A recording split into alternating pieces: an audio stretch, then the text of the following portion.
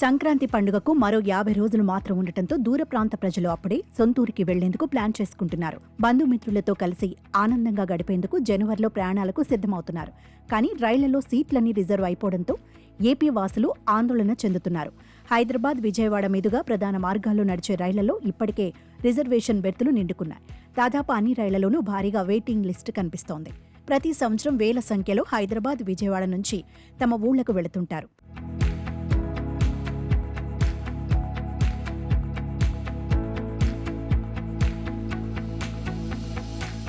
ముఖ్యంగా హైదరాబాద్లో ఏపీ ప్రజలు అత్యధికంగా ఉంటారు. వీరంతా తప్పనిసరిగా సంక్రాంతి పండక్కి స్వగ్రామాలకు వెళతారు. పెరుగుతున్న ప్రయాణికులకు అనుగుణంగా రైలు లేకపోవడంతో ఉన్న వాటిపై తీవ్ర ఒత్తిడి పడుతోంది. సాధారణంగా 4 నెలల ముందుగానే రిజర్వేషన్ చేయించుకుంటారు. రైల్వే శాఖ ఇటీవలి ముందస్తు రిజర్వేషన్ను 60 రోజులకు కుదించింది. వచ్చే ఏడాది జనవరిలో పండుగ సమయంలో నడిచే రైళ్లన్నీ ఇప్పటికే నిండుకున్నాయి.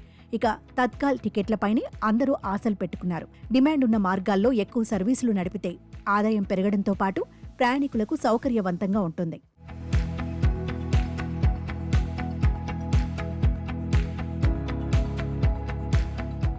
ఇతర రవాణాతో పోలిస్తే రైల్లో టికెట్ల ధరలు తక్కువగా ఉండటంతో పేద, మధ్యతరగతి ప్రయాణికులు ఎక్కువగా జనరల్ బోగీల్లోనే ప్రయాణిస్తుంటారు. రైల్వే శాఖ ఇటీవలి చాలా రైళ్లలో ఏసీ బోగీలు పెంచి జనరల్ బోగీలను ఎత్తివేసింది. దీంతో సాధారణ ప్రయాణికులు తీవ్ర ఇబ్బందులు పడుతున్నారు.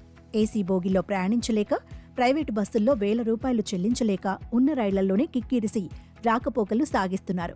ఆఖరికి మరుగుదొడ్లలో ఉంటూ ప్రయాణిస్తున్నారు. దీన్ని అధిగమించేందుకు సంక్రాంతికి జనరల్ బోగీలతో ప్రత్యేక రైళ్లు నడపాలని డివిజన్ అధికారులు ఇప్పటి నుంచే ప్రతిపాదనలు పంపాలని ప్రయాణికులు డిమాండ్ చేస్తున్నారు.